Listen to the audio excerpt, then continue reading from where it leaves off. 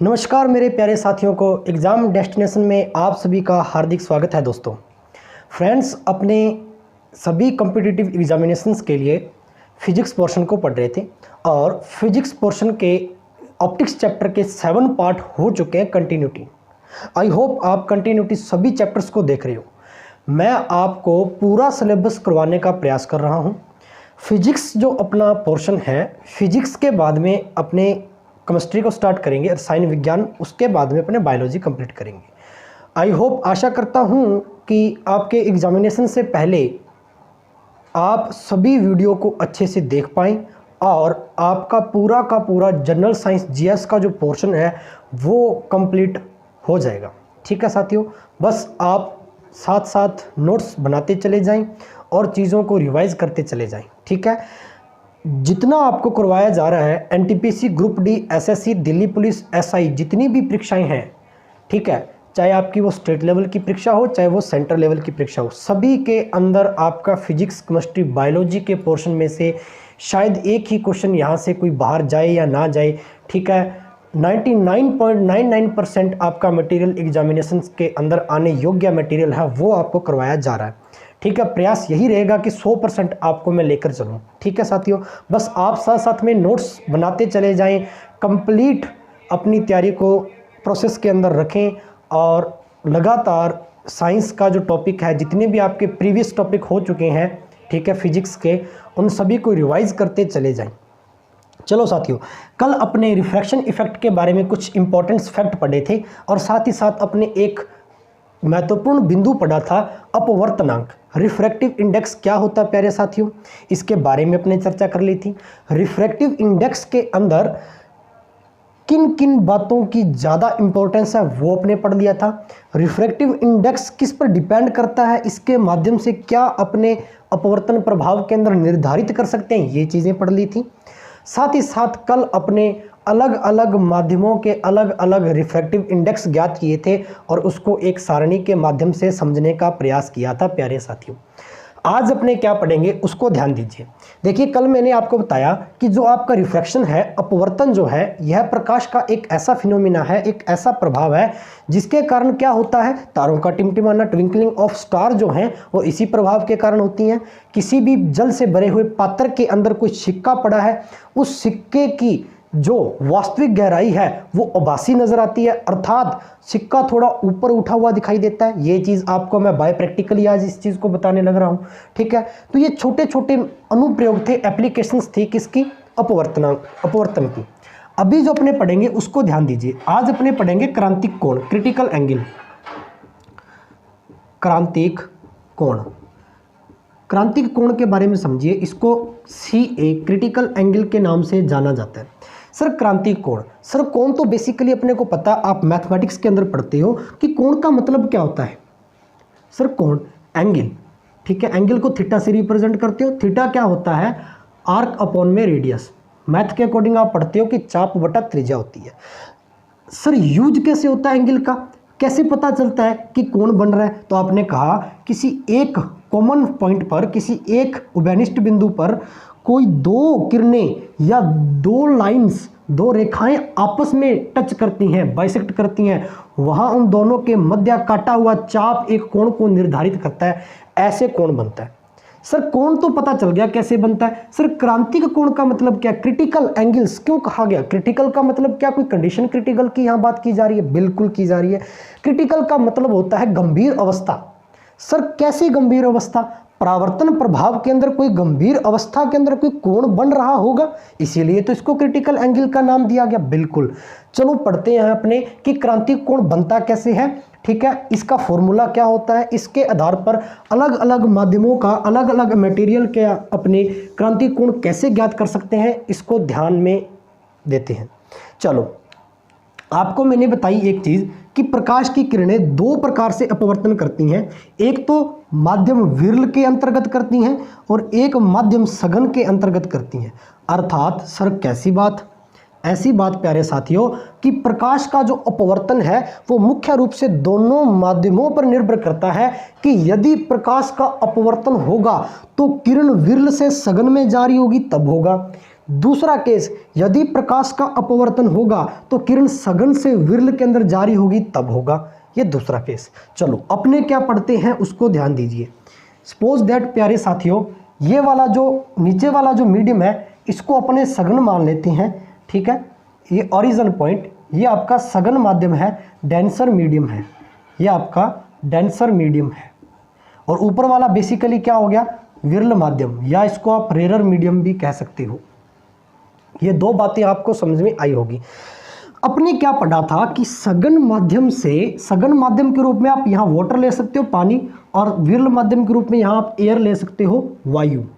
अपने क्या पढ़ा कि यदि कोई प्रकाश किरण सघन माध्यम से विरल माध्यम में प्रवेश करती है तो वह अभिलंब से थोड़ा दूर हट जाती है। बिल्कुल करेक्ट बात है सर। चलो अपने पढ़ते हैं। जैसे आपने कहा कि सर यहाँ से सघन माध्यम है तो ये कोई किरण आपतित हुई, यहाँ जाना चाहिए था इसको ऐसे बिल्कुल सीधा, लेकिन अभिलंब से थोड़ा दूर हट गई, ठीक है। अभिलंब से क्या होगी, थोड़ा दूर हट गई। अब ये जो कोण बन रहा है वो अभिलंब के साथ में कोण आई बन रहा होगा कहीं ना कहीं। बिल्कुल, क्यों बन रहा है, क्योंकि यह किरण जो है वो आपतित किरण है। यहाँ क्या हो रहा है, परिवर्तन हो रहा है या अपवर्तन हो रहा है, तो अपवर्तन के अकॉर्डिंग कोण जो बनेगा वो क्या बनेगा, कोण आर बनेगा। मैं आपको क्या समझाने का प्रयास कर रहा हूं उस पर ध्यान दें। यदि मैं कुछ ऐसा करूं, कैसा करूं कि इस आपतन कोण का मान थोड़ा बढ़ा दूं, इतना और बढ़ा दिया, मतलब यहां तक, अब ये किरण यहां आ रही है, यहां जाके टकराएगी। आपतन कोण का मान थोड़ा सा जैसे बढ़ाऊंगा तो अब जो किरण होगी दूसरी वो अभिलंब से थोड़ा और दूर हटेगी, तो इतना दूर हट जाएगी। फिर थोड़ा और बढ़ा दिया आपतन कोण का मान, ये लो। अब आपतन कोण तीसरी किरण है, इसका थोड़ा सा मान और बढ़ा दिया, जैसे ही बढ़ाया तो अभिलंब से थोड़ा दूर और हट गई किरण। अभी थोड़ा आपतन कोण का मान और बढ़ा दिया, तो अभी जो अपवर्तन किरण होगी वो कहाँ आ जाएगी, इस तल पर, इस तल के बिल्कुल ऊपर आ जाएगी, समरूपता हो जाएगी, बिल्कुल ऊपर आ जाएगी, एक ही रूप पे हो जाएगी। तो कहने का मतलब क्या हो गया कि जैसे जैसे आपने आई का मान बढ़ाया, आपतन कोण का मान बढ़ाया, जब किरण सघन से विरल में जा रही थी उस समय आपतन कोण के लिए अपवर्तन कोण का मान यदि 90 डिग्री हो जाए, अब ये देख लो, ठीक है ना। इसको मैं दोबारा से इस प्रकार से इंडिकेट कर सकता हूं, दोबारा देखो इस चीज को। ये आपका समतल तल था, जैसे आपने चौथी किरण यहां से गुजारी, मतलब आई का मान आप इंक्रीज कर रहे हो, बढ़ा रहे हो, आई का मान बढ़ता जा रहा है। जैसे आई का मान इस किरण का बढ़ाया तो ये किरण बिल्कुल इसके ऊपर आ गई, पैरेलल आ गई। अब बताओ अभिलंब के साथ में इसका कितने डिग्री का कोण बनेगा सर, 90 डिग्री का। कौन सी किरण है ये, अपवर्तन किरण या अपवर्तित किरण। तो कौन कौन सा होगा, अपवर्तन कोण। अपवर्तन कोण को किससे रिप्रेजेंट करते हैं, स्मॉल आर से। तो आपने क्या समझा कि यदि सघन माध्यम के अंदर आपतन कोण आई का मान बढ़ाते जाएं, आपतन कोण आई का मान बढ़ाते जाएं, तो अपवर्तन कोण यदि 90 डिग्री हो जाए, अपवर्तन कोण आपतन कोण के लिए 90 डिग्री हो जाए, ऐसा कोण कहलाता है क्रांतिक कोण, क्रिटिकल एंगल, क्रांतिक कोण। क्या इतनी बात आपको अच्छे से समझ में आई सर? बिल्कुल आई हो, ठीक है। फिर से ध्यान दें थोड़ा।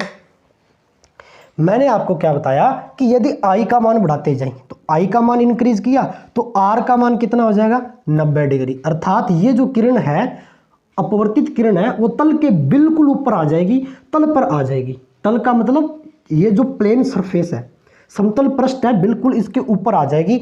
ऐसी घटना और बना हुआ ऐसा जो कोण होगा इसको कहेंगे क्रिटिकल एंगल CA। इसीलिए इसको क्रिटिकल कहा गया, क्योंकि ये किसी विशेष स्थिति पर बन रहा है, किसी विशेष कारण पर बन रहा है। किस कारण पर बन रहा है कि यदि आप आई का मान बढ़ाते जा रहे हो, अर्थात इंसिडेंट एंगल की वैल्यू बढ़ाते जा रहे हो, तो वहां क्या होता जा रहा है, अभिलंब से किरण और दूर हटती जा रही है। जैसे जैसे दूर हटेगी, एक टाइम ऐसा आएगा कि ये जो किरण है वो तल के बिल्कुल ऊपर आ जाएगी, और जैसे ही ऊपर आ जाएगी तो अभिलंब और इस किरण के मध्य जो कोण बनेगा वो कितने का बनेगा, समकोण, अर्थात 90 डिग्री बनेगा, 90 डिग्री बनेगा। ऐसा कोण क्या कहलाएगा, क्रिटिकल एंगल। क्या इतनी बात समझ में आई होगी? बिल्कुल आई। चलो अब थोड़ी सी बात और समझते हैं अच्छे से, इस डायग्राम को बना सकते हो अच्छे से, बहुत इंपॉर्टेंट बात मैंने आपको समझा दी, ठीक है, नोट कर ली होगी आपने। चलो अब क्रांतिक कोण जो आपने पढ़ा सी ए, इसको सी से रिप्रेजेंट करते हैं क्रिटिकल एंगल। प्रीवियस लेक्चर के अंदर मैंने आपको स्नेल का नियम पढ़ाया था, स्नेल्स लॉ। सर ये स्नेल्स लॉ का यूज कैसे होगा? स्नेल्स लॉ के अंदर मैंने क्या बताया था कि पहले माध्यम के अंदर अपवर्तनांक कोण आई, इन दोनों का गुणनफल दूसरे माध्यम में अपवर्तनांक म्यू टू साइन आर के क्या होगा? बराबर होगा। ये चीज़ अपने कहाँ पढ़ी थी? स्नेल के नियम के अंदर पढ़ी थी, स्नेल्स लॉ के अंदर मैंने आपको प्रीवियस लेक्चर के अंदर पढ़ाई थी। फिर से उस डायग्राम को लेते हैं प्यारे साथियों, ध्यान देना। ये जो माध्यम आपका वो डेंसर मीडियम है अर्थात सघन माध्यम है, और ये रेरर मीडियम है अर्थात विरल माध्यम है, ठीक है। ये आपका ओरिजिन पॉइंट। यहां पर क्या हुआ? ये आपका आपतन कोण अर्थात किरण आपतित हुई, तो यहां जो कोण बनेगा वो क्या बन जाएगा? आपका क्रांतिक कोण। क्रांतिक कोण सी से रिप्रेजेंट करते हैं, और ये जो किरण होगी आपकी अपवर्तित किरण होगी, मान लीजिए क्रांतिक कोण यहां बन रहा है और इसके लिए जो किरण होगी अपवर्तित किरण वो इसके ऊपर आ गई यहां, और इन दोनों के बीच में कितने डिग्री का कोण बन गया? 90 डिग्री का। ये जो माध्यम है ये रेरर मीडियम है। रेरर का मतलब क्या हो गया? वायु, एयर, और डेंसर का मतलब यहां पर वाटर ले लीजिए, वाटर अर्थात पानी। वायु के लिए अपवर्तनांक का मान कितना होता है भाई? मैंने टेबल के अंदर पढ़ाया था, वायु के लिए अपवर्तनांक का मान कितना होगा? रिफ्रैक्टिव इंडेक्स म्यू कितना होता है वायु का? 1 होता है, या 1.00 या 1 अपने इसको कह सकते हैं। इसका जो आपका सघन माध्यम है ये अपने पानी भी ले सकते हैं, कांच कोई भी ले रहे हो, इसका अपने अपवर्तनांक मान लिया म्यू, और इसका अपवर्तनांक कितना प्यारे साथियों? 1। अब अपने स्नेल का नियम यहां लगा दो, बाय स्नेल्स लॉ, स्नेल के नियम द्वारा। स्नेल के नियम द्वारा, स्नेल का नियम क्या कहता है सर? ये कहता है कि पहले माध्यम के अंदर, फर्स्ट मीडियम के अंदर, पहले माध्यम के अंदर, और नंबर 2 दूसरे माध्यम के अंदर, दोनों की बात कर रहा है स्नेल का नियम, तो दूसरे माध्यम की बात कर लेते हैं। दूसरे माध्यम का अपवर्तनांक अर्थात सघन माध्यम का अपवर्तनांक म्यू साइन आई, आई का मतलब इंसिडेंट एंगल, लेकिन आई की जगह पर यहां कोण क्या बन रहा है? क्रिटिकल एंगल सी ए, तो sine C is equal to दूसरे अर्थात पहले माध्यम के अंदर, पहले माध्यम के अंदर अपवर्तनांक म्यू कितना है? म्यू का मान 1 इंटू साइन आर, आर का मतलब अपवर्तन कोण, कितना अपवर्तन कोण? यहाँ अपवर्तन कोण का मान कितना हो जाना चाहिए? 90 डिग्री। तो ये होगा जी साइन 90 की जो वैल्यू होती है प्यारे साथियों कितनी होती है? 1 होती है, तो यहाँ 1 रख देंगे। Mu sine C is equal to 1 into 1, 1 into 1 का मीन्स कितना हो गया? 1 ही हो गया, ठीक है। तो आप इसको 1 लिख सकते हो यहाँ पर डायरेक्ट। अपने को किसकी वैल्यू चाहिए? सी की वैल्यू, अर्थात अपने क्रिटिकल एंगल फाइंड कर रहे हैं, तो क्रिटिकल एंगल चाहिए अपने को, तो sine C is equal to, ये म्यू क्या इसके गुना के अंदर है, मल्टीप्लाई में है, इक्वल में भेजेंगे तो कहाँ चला जाएगा? डिवाइड में। तो sine C is equal to 1 upon में म्यू, या आप सी की वैल्यू निकाल रहे हो तो ये साइन इसके मल्टीप्लाई में है सी के, तो इधर भेजेंगे तो ये साइन इनवर्स में चला जाएगा, साइन इनवर्स 1 अपॉन में म्यू, ठीक है ना। यह फॉर्मूला ध्यान में रखना, याद रखना कि साइन सी बराबर 1 अपॉन में म्यू, अकेला सी अपने को निकालना है अर्थात क्रिटिकल एंगल निकालना है, तो साइन इनवर्स 1 अपॉन में म्यू, म्यू का मतलब रिफ्रैक्टिव इंडेक्स अपवर्तनांक, तो यहाँ म्यू की वैल्यू रखते चले जाएंगे, हर एक माध्यम के अंदर क्रिटिकल एंगल आता चला जाएगा, म्यू की वैल्यू रखेंगे क्रिटिकल एंगल आता चला जाएगा। क्या इतनी बात आपको समझ में आई? नहीं आई? वीडियो को पॉज करके एक बार देखो, 2 बार, कुछ नहीं है, बस थोड़ी सी मैथमेटिक यहाँ काम आएगी, ठीक है, और कुछ भी नहीं है। ओके, तो ये स्नेल के नियम का यूज अपने यहाँ हुआ, इसीलिए स्नेल का नियम अपवर्तन के लिए या अपवर्तन के लिए अत्यंत महत्वपूर्ण है, उपयोगी है, ठीक है, जिसका यूज अपने कहाँ किया? क्रांतिक कोण के अंदर किया, क्रिटिकल एंगल में किया। चलो नोट कर लीजिए, तो अपने पास सी की वैल्यू आ गई। अभी अपने हर एक माध्यम के लिए सी की वैल्यू फाइंड करते हैं, हर एक माध्यम के लिए सी की वैल्यू, हर एक पदार्थ के लिए, ठीक है, हर एक पदार्थ के लिए सी की वैल्यू अपने फाइंड करते हैं। ध्यान दीजिए, एक टेबल के माध्यम से समझेंगे सारी की सारी चीज़ें। ये एक छोटी सी टेबल यहाँ आपके सामने बनाई जा रही है, 1, 2 एंड 3। यहाँ पदार्थ है या मटेरियल, इसको मटेरियल भी लिख सकते हो, ठीक है। यहाँ आपके रिफ्रैक्टिव इंडेक्स या अपवर्तनांक, हिंदी में लिखते चले जाना, साथ साथ में अपवर्तनांक। यहाँ पर क्रांतिक कोण सी ए, क्रिटिकल एंगल, क्रांतिक कोण, ठीक है। तो अपने क्या निकालना था, क्रांतिक कोण निकालना था। क्रांतिक कोण के अंदर किसका यूज होगा, म्यू का। म्यू क्या होगा, रिफ्रैक्टिव इंडेक्स, इसीलिए दूसरा जो कॉलम है वो रिफ्रैक्टिव इंडेक्स का। पदार्थ अपने कौन कौन से लेते हैं, बेसिकली आपके 3 ही पदार्थ मुख्यतः परीक्षा के अंदर आते हैं। तो परीक्षा के अंदर आने योग्य जो डाटा है सिर्फ उसी के बारे में अपने डिस्कस करेंगे, ठीक है। इससे ज़्यादा हाई लेवल कंटेंट आपसे कभी नहीं पूछा जाता। ये भी थोड़ा हाई लेवल लेके चल रहा हूँ ताकि आपकी SSC, JE, RRB, JE level की परीक्षाओं में काम आ जाए जो स्टूडेंट तैयारी कर रहा है, ठीक है। या आपके ग्रुप डी के अंदर जो आपका लेवल साइंस का थोड़ा टफ आता है, इस वजह से वहाँ भी आपके ये काम में आ सकता है। चलो मटेरियल लेते हैं सबसे पहले डायमंड। डायमंड का मतलब हीरा। हीरे का अपवर्तनांक, बेसिकली कल वाली जो टेबल थी उसके अंदर मैंने आपको बताया था कि हीरे का जो अपवर्तनांक होता है वो 2.41 होता है, या आप इसको अप्रोक्सीमेट 2.4 भी लिख सकते हो। अब 2.4 म्यू की जगह रखेंगे 1/2.4, साइन इनवर्स अर्थात साइन की वैल्यू 1/2.4। इसको डायरेक्टली आप फाइंड नहीं कर सकते, कैलकुलेटर से यूज होगा इसका, कैलकुलेटर से फाइंड करेंगे। क्यों, क्योंकि साइन के अंदर अपने थीटा 0, 30, 60, 90, 45, 180, 360 ये वाले वैल्यू तो साइन के पता होते हैं, लेकिन 2.4 डिग्री का क्या वैल्यू अपने को पता है क्या, नहीं। इसी वजह से तो 2.4 तो एंगल जो बनेगा, अब यहां जैसे रखेंगे आप प्यारे साथियों 2.4 म्यू की जगह पर रखेंगे तो जो एंगल बनेगा वो आपका कैलकुलेटर के अंदर वैल्यू रख के देंगे ना 24 डिग्री बनेगा, 24 डिग्री, ठीक है ना। 24 डिग्री क्रांतिक कोण बनेगा हीरे के अंदर, इसीलिए हीरे का सबसे कम होता है क्रांतिक कोण। नंबर 2 बात करते हैं, हीरे का पढ़ लिया, अभी पढ़ेंगे अपने वाटर का। वाटर का मतलब पानी, फिर पढ़ेंगे कांच का, ग्लास का। तो वाटर का देख लीजिए, कल मैंने आपको बताया था प्यारे साथियों कि जो पानी होता है, पानी जो होता है, पानी का रिफ्रैक्टिव इंडेक्स कितना होता है 1.33। तो क्रिटिकल एंगल कितना आ जाएगा 49 डिग्री, 49 डिग्री आ जाएगा इसका क्रिटिकल एंगल, ध्यान में रखना, याद रखना।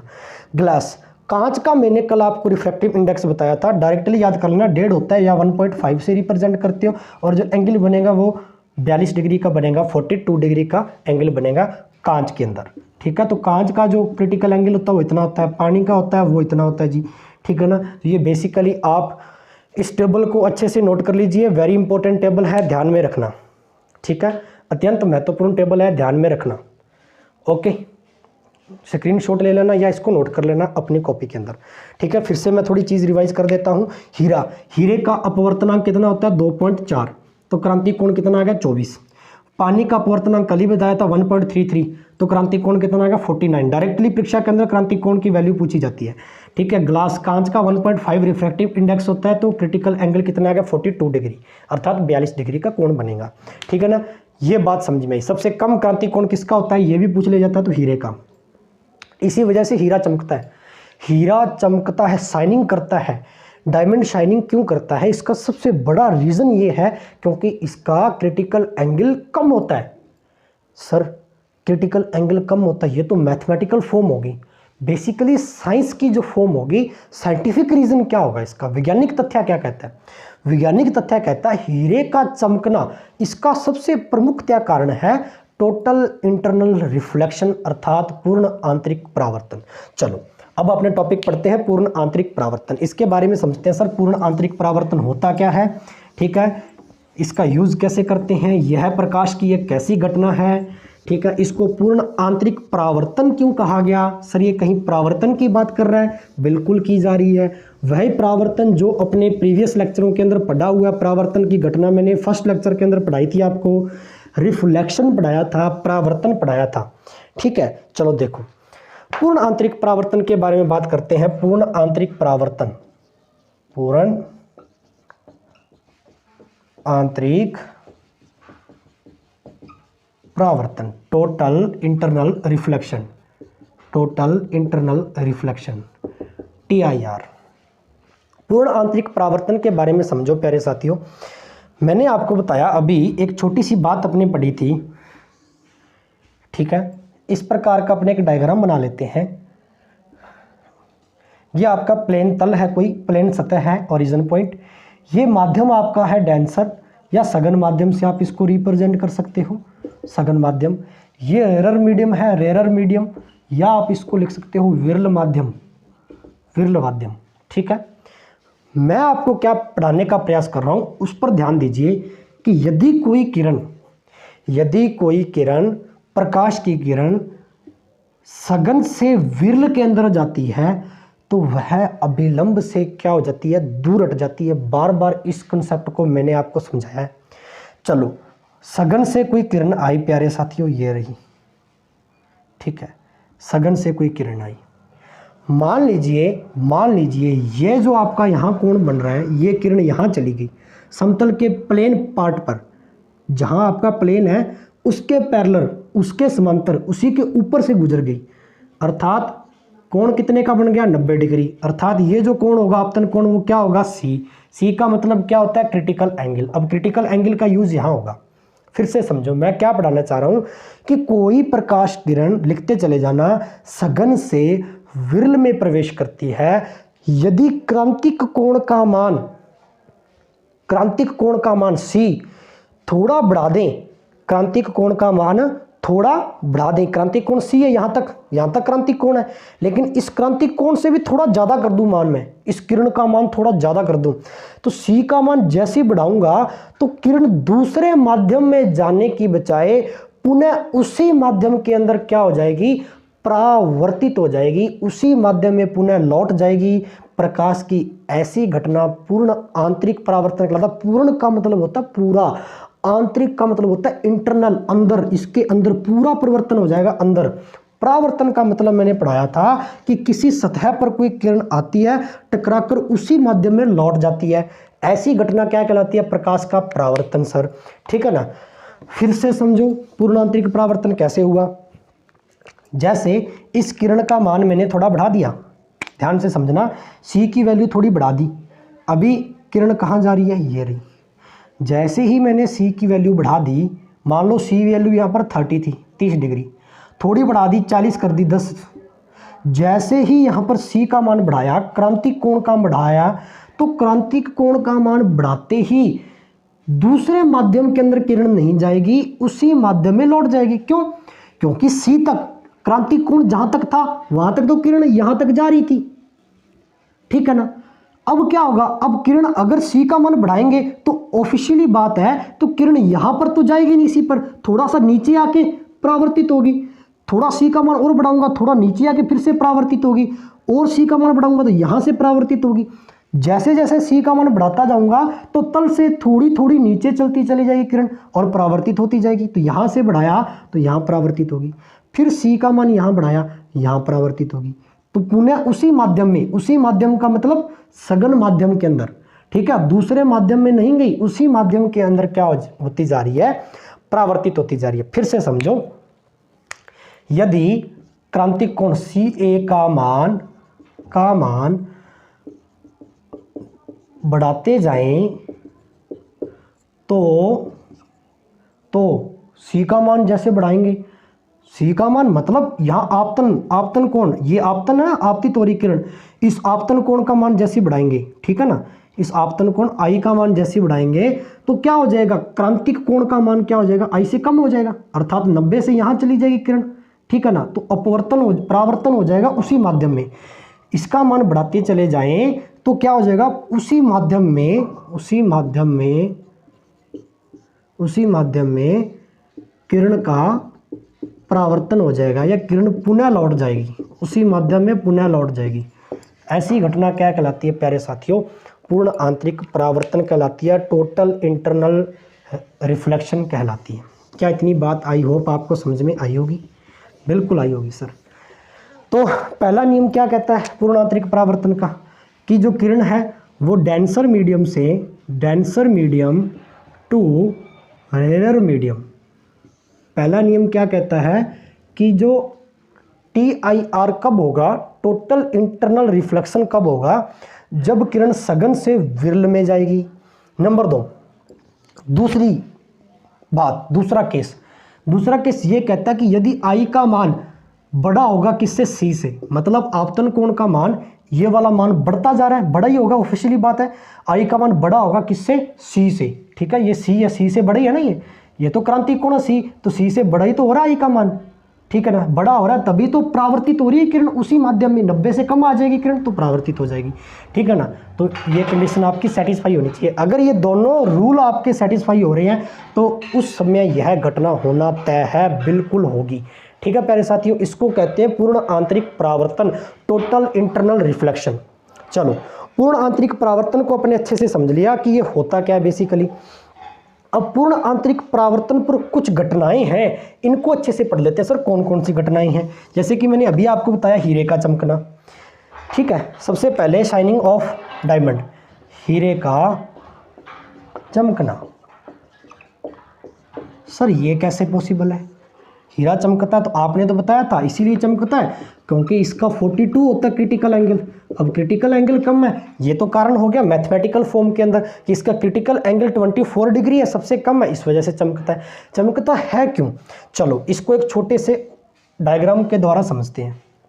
ये आपका डायग्राम था, यहाँ मान लीजिए यहाँ 90 डिग्री है, ठीक है, 90 डिग्री है, ये 90 डिग्री है। ये जो है इतने कोण पर, ये मान लीजिए आपका 40 डिग्री कोण है, ठीक है। 40 डिग्री मतलब ये सी है, सी का मतलब क्रांतिक कोण है। 40 डिग्री कोण है टोटल, यहाँ सी का मान, और यहाँ टोटल जो मान है वो कितना है कोण का? 90 डिग्री। 90 डिग्री मान है कोण का, पर 1 डिग्री पर एक किरण, एक रे पर 1 डिग्री पर, मान लो उदाहरण दे रहा हूं, एक पर 1 डिग्री पर एक किरण गुजारूं, इसमें से मैं एक किरण भेजी 1 डिग्री पर, दूसरी डिग्री पर दूसरी किरण भेजी, तीसरी डिग्री पर तीसरी किरण भेजी, चौथी डिग्री पर चौथी किरण भेजी, 5वीं डिग्री पर, छठी डिग्री पर 7वीं, ऐसे करके टोटल 90 किरणें यदि आपतित करवाई गई, क्योंकि टोटल जो आपका कोण बन रहा है वो कहीं ना कहीं 90 डिग्री बन रहा होगा। 90 डिग्री का कोण बन रहा है तो पर 1 डिग्री पर एक किरण गुजारी जा रही है, तो पर 1 डिग्री पर एक किरण गुजारी है तो 90 डिग्री पर कितनी गुजारी जा रही होंगी? 90। तो पर 1 डिग्री पर एक, तो 90 डिग्री पर 90 किरणें गुजारी। अब मेरे को एक बात बताओ, क्या 90 किरणें जो आपने आपतित करवाई, क्या उन सभी 90 किरणों का पूर्ण आंतरिक परावर्तन हो जाएगा?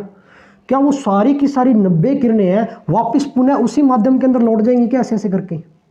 नहीं लौटेंगी, क्योंकि मैंने आपको अभी पढ़ाया था कि जो पूर्ण आंतरिक परावर्तन होता है वो कब होता है? जब आप क्रांतिक कोण का मान बढ़ाते हो। मतलब घटना कब चालू हुई? जब क्रांतिक कोण का मान बढ़ाया।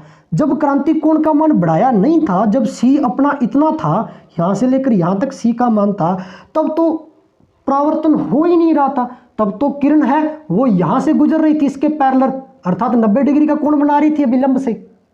जब जैसे ही आपने 40 डिग्री मान किया 30 से, अर्थात सी का मान बढ़ाया, तब जाकर परावर्तन होने लगा ऐसे करके, तब उसी माध्यम के अंदर किरणें वापस लौटने लगी।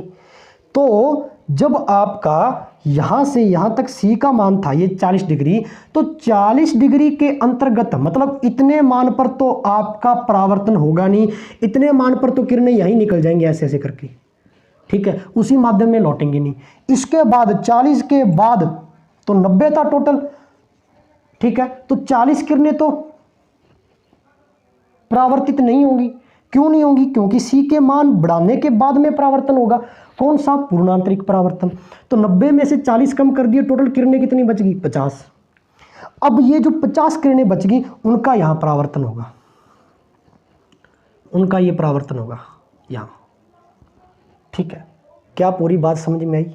इसी वजह से जितनी किरणें आप हीरे के अंदर में से, एक तो हीरे की शेप भी थोड़ी ऐसी होती है, कटिंग, ठीक है ना, एक तो इसकी कटिंग कुछ ऐसी होती है ना, इस प्रकार से आपने देखा होगा एक हीरा डायमंड है ना, एक तो कटिंग इसकी ऐसी होगी, मतलब इसके हर एक कोने पर कट भाग होता है, हर एक कोना, हर एक फलक है वहां कोण बनता है।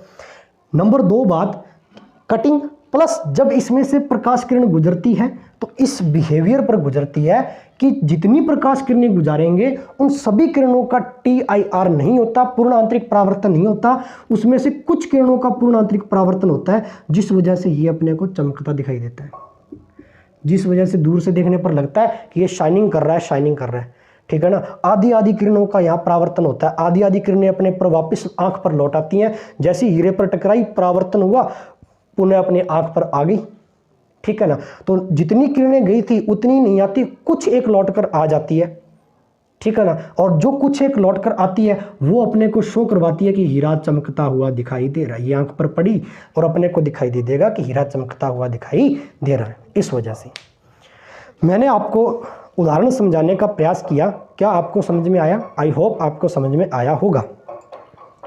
ये चीज़ें भी आप नोट करते चले जाना, ठीक है। अब बात करते हैं नेक्स्ट, कैसी? एक घटना आपने और पढ़ी होगी, एक घटना आपने और पढ़ी होगी, कौन सी? इसी पर डिपेंड है, मिराज, मिराज या जिसको बोलते हैं मृग मरीचिका, मृग मरीचिका। सर ये क्या होती है? डेजर्ट के अंदर होती है, मरुस्थल के अंदर होती है, रेगिस्तान के अंदर होती है। चलो इस मिराज वाली घटना को मैं थोड़ा समझा देता हूँ। मिराज वाली घटना को अच्छे समझना। ये मान लो आपका रेगिस्तान है, रेगिस्तान है मतलब यहाँ पर मिट्टी ही मिट्टी है, ठीक है ना, मिट्टी ही मिट्टी है। आपको क्या होता है, मृग तृष्णा भी बोलते हैं। कभी कभी आपने गर्मियों के दिनों में देखा होगा, जब आप एक सुनसान सड़क पर दोपहर के समय खड़ते हो तो दूर जब कोई गाड़ी आ रही है या कोई बस आ रही है तो आप गर्मियों के अंदर उस बस को देखो, उसके टायरों के नीचे या उसके सामने जैसे जैसे बस आ रही है सड़क पर आपको पानी नज़र आएगा, ऐसे लगेगा कि पानी का छिड़काव हुआ सड़क पर और उसके ऊपर से कोई साधन आ रहा है, गुजर रहा है। बेसिकली जब आप वहाँ जाते हो उस पॉइंट पर, उस स्थान पर, तो वहाँ ऐसा कुछ नहीं होता, वो सिर्फ आपकी आंखों का भ्रम होता है। और यह जो भ्रम होता है वो किस घटना के कारण होता है? पूर्ण आंतरिक परावर्तन के कारण। यह एक प्रकाश का प्रभाव है, एक फिनोमिना है। ऐसे ही जब मरुस्थल के अंदर जाते हो और दूर जब देखते हो मरुस्थल के अंदर, तो आपको एक पेड़ के अंदर, एक पेड़ खड़ा है, बाई चांस पेड़ खड़ा है, पेड़ के नीचे या पेड़ के पास आपको ऐसे लगता है कि पानी है, वहाँ काफ़ी सारा पानी इकट्ठा हो गया। जैसे ही आप अपने उस गंतव्य स्थान तक पहुँचते हो तो वहाँ ऐसा कुछ नहीं होता, वो एक भ्रम होता है। इसी को बोलते हैं मृग मरीचिका। होती कैसे है सर, इस पर थोड़ा ध्यान दें, थोड़ा सा लंबा सा कंसेप्ट है, ठीक है। यहाँ मान लीजिए कोई पेड़ है, ठीक है, बेसिकली थोड़ा सा समझ लेना, ये पेड़ है। आपने क्या किया, आप मरुस्थल के अंदर घूमने गए हो और आप यहाँ किसी ऊंट पर बैठे हो, ठीक है ना भाई, ऊंट तो बनाना नहीं आता, थोड़ा सा ऐसे ही रफ सा डायग्राम, आप इसके ऊपर बैठे हो प्यारे साथियों, ऐसे करके। आपने क्या देखा, दूर से देखा, दूर से देखा इस पेड़ की तरफ, ठीक है, पेड़ की तरफ देखा, तो आपको यहाँ यहाँ यहाँ ये दूसरा पेड़ ऐसे करके नीचे नज़र आया, सेम टू सेम ऐसे, और ये हिलता हुआ नज़र आया। और ये आकृति हिलती हुई नीचे कब बनती है? जब यहाँ कोई पानी हो और आपको नज़र आएगा कि इसके नीचे पानी है, लेकिन ऐसा होता नहीं है। हुआ कैसे? ये है प्यारे साथियों सूर्य, सन। प्रकाश की किरण यहाँ आई और यहाँ टकराई, ठीक है। अब होगा क्या, एक छोटी सी बात आपको यहाँ समझाता हूँ, ध्यान देना। ये डेजर्ट है, रेगिस्तान है, रेगिस्तान है, और रेगिस्तान की जो मिट्टी होती है और मिट्टी का ये ऊपर वाला भाग है, ये लेयर है, यहाँ गर्मी ज़्यादा होती है, ठीक है। ये मिट्टी है, क्योंकि रेगिस्तान तो वैसे ही बहुत गर्म होता है, तपता है बिल्कुल, तो टेम्परेट वहाँ की भूमि का, ऊपर वाली भूप्रपट्टी का जो तापमान है वो ज़्यादा होगा। तापमान ज़्यादा होगा, टेम्परेट ज़्यादा होगा, तो डेंसिटी क्या होगी, यहाँ वाले लेयर की, यहाँ वाले वातावरण की डेंसिटी कम होगी, क्योंकि तापमान ज़्यादा होता है, ठीक है। तो वहाँ उसका घनत्व कम होता है। घनत्व का मतलब क्या हो गया कि वहाँ के जो वायु के कण हैं वो बहुत दूर दूर हैं, विरलता के अंदर हैं, और विरलता के अंदर है तो इतने इतने पार्ट का जो मीडियम है वो क्या है, विरल मीडियम है। जैसे जैसे आप ऊपर बढ़े, जैसे जैसे आप ऊपर चले गए, तो यहाँ एक वातावरण और आया इस पट्टी पर, यहाँ तापमान थोड़ा थोड़ा क्या होता चला गया, घटता चला गया। इसकी रिस्पेक्ट में थोड़ा घट गया, तापमान घट गया थोड़ा, तो इसकी रिस्पेक्ट में डेंसिटी भी क्या हो जाएगी, थोड़ी बढ़ जाएगी। अर्थात घनत्व बढ़ गया। घनत्व बढ़ने का मतलब क्या हो गया कि इसके जो मॉलिक्यूल्स हैं, इस वातावरण के कण हैं, वो थोड़े पास पास में आ गए। पास पास में आ गए तो इसकी रिस्पेक्ट में ये जो माध्यम हो गया वो कौन सा हो गया, सघनता में आ गया, सघन हो गया, डेंसर मीडियम हो गया। अब हुआ क्या, अब यहाँ पर प्रकाश किरण टकराई, ठीक है, इसको थोड़ा साफ कर देता हूँ, आपको समझ में आ गया। टकराएगी तो ये सघन माध्यम है, अब सघन से विरल में जाएगी, तो ये आप मान लीजिए एक अभिलंब है। टकराई, ठीक है ना, टकराई, अब सघन से विरल में जानी चाहिए थी, ठीक है ना, सघन से विरल में जानी चाहिए थी। तो मेरे को बात बताओ, जब सघन से विरल में जाती है तो क्या होता है, ठीक है ना, एक अभिलंब यहाँ है, तो टकराई सघन से विरल में जाएगी तो अभिलंब से थोड़ा दूर हट जाएगी, ये हट गई, ठीक है ना। अब जाना चाहिए तो सीधा, लेकिन फिर थोड़ा दूर हट जाएगी, फिर यहाँ पर एक अभिलंब है, यहाँ एक परत और है, फिर जाना चाहिए तो सीधा, फिर थोड़ी दूर हट जाएगी, ऐसे करके आपकी आंख पर ये चली जाएगी। और आपको इसके विपरीत आभासी यहाँ आपको नज़र आएगा कि जैसे कोई यहाँ पानी है, इसके आभासी आपको ऐसे नज़र आएगा, क्योंकि ये जो प्रभाव है यहाँ पर वो बहुत बार होगा, ठीक है ना। सघन से विरल के अंदर अभिलंब से दूर हट जाना, सघन से विरल के अंदर अभिलंब से दूर हट जाना, ये जो चीज़ आपको वो काफ़ी यहाँ नज़र आती होगी। इस प्रकार से जब ये किरण आपकी आंख पर पड़ेगी तो आपको नीचे यहाँ पर ऐसे लगेगा कि एक इसका दूसरा पेड़ विपरीत और है, हिलता हुआ दिखाई देगा। और कोई चीज़ हिलती हुई जब नीचे उसी की रिस्पेक्ट में दिखाई देगी तो आपको लगेगा यहाँ पर वाटर है, पानी है। लेकिन जैसे पास में जाओगे ऐसा कुछ नहीं होता। ऐसी घटना कहलाती है मिराज या मृगमरीचिका। क्या आपको इतनी बात समझ में आई, ठीक है ना। जगह थोड़ी कम थी स्क्रीन पर, इस वजह से थोड़ा कम आपको समझा पाया यहाँ पर, लेकिन समझाने का प्रयास किया। आई होप आपको समझ में आया होगा, ठीक है प्यारे साथियों। तो यहाँ तक अपना रिफ्रैक्शन जो इफेक्ट है, अपवर्तन प्रभाव है, वो खत्म होता है। इतना पार्ट अपना आज कंप्लीट होता है। ओके, हाँ, ये पार्ट आपका यहाँ कंप्लीट हो गया, अर्थात ये चैप्टर आपका कंप्लीट हो गया। वैसे ये चैप्टर कंप्लीट हुआ नहीं, इसका एक पार्ट और है लेंस, क्योंकि दर्पण अपने पढ़ लिया था, अभी पढ़ेंगे लेंस। और लेंस के अंदर अपवर्तन कैसे होता है, रिफ्रैक्शन कैसे होता है, ये पढ़ेंगे, ठीक है। इसको मैं अलग चैप्टर मानकर चलूंगा लेंस को। क्यों? क्योंकि इस चैप्टर के पार्ट 8 हो चुके हैं अभी, तो बहुत ज़्यादा पार्ट हो जाएंगे तो आप कंफ्यूज हो जाओगे, है ना। क्योंकि अच्छा सा नहीं लगता बहुत ज़्यादा एक एक चैप्टर के 8-8 पार्ट हो जाएं, ठीक है। इसी वजह से उस चैप्टर को, लेंस को, मैं अलग से चैप्टर मानकर चलूँगा और वो करेंगे नेक्स्ट वीडियो लेक्चर के अंदर, ठीक है। तो आई होप आपको अच्छा लगा होगा वीडियो। लाइक करें, शेयर करें ज़्यादा से ज़्यादा, चैनल को सब्सक्राइब करना ना भूलें। ओके, जय हिंद, जय भारत।